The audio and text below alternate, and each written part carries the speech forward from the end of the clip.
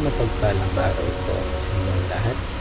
Ako po si Brian M. Mendoza at ito po ang aking daily devotion ngayong araw, October 4, 2024. Ngayong araw po ay ating itutuloy ang ating series about po sa Knowing the Trinity. At specifically, ang magiging topic po natin for today ay about the Trinity and prayer. Now, ang ating talata po ay manggagaling sa Ephesians chapter 2 verse 8.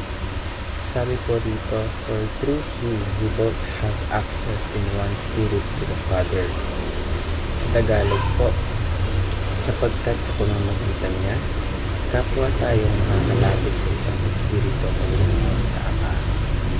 Alam niyo po noong pinalaya si Eva at Adan sa Garden of Eden, ito na ang connection nila, wala na silang connection sa Diyos.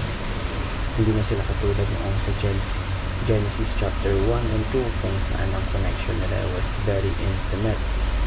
Kaya naman po, para sa mga katuruan na aking matutunan mula sa talata natin ngayong araw, una po, people lost their access to God the Father.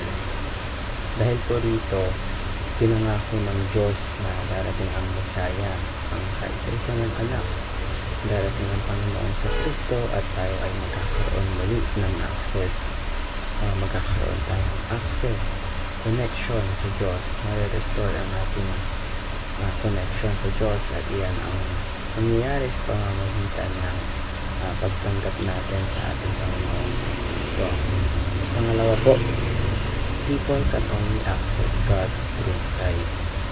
Pagdating po sa New Testament, Jesus Christ is the new temple, the fulfillment of the temple.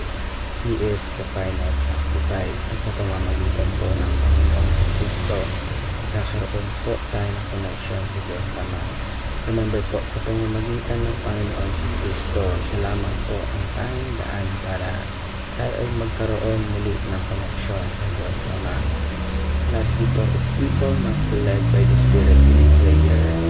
Sa ating pananalangin dahil mayroon tatlong persona lumalapit tayo sa Diyos Ama sa pangalan ng Panginoon sa Kristo at ang Banal na Espiritu ang nag-guide sa atin kung paano tayo mananalangin. Kaya naman po para sa ating application, meron po tayong tatlong application para sa araw na to. Una po, pray to the Father. Pangalawa, pray in the name of Jesus Christ. Pangatlo, pray in the Spirit.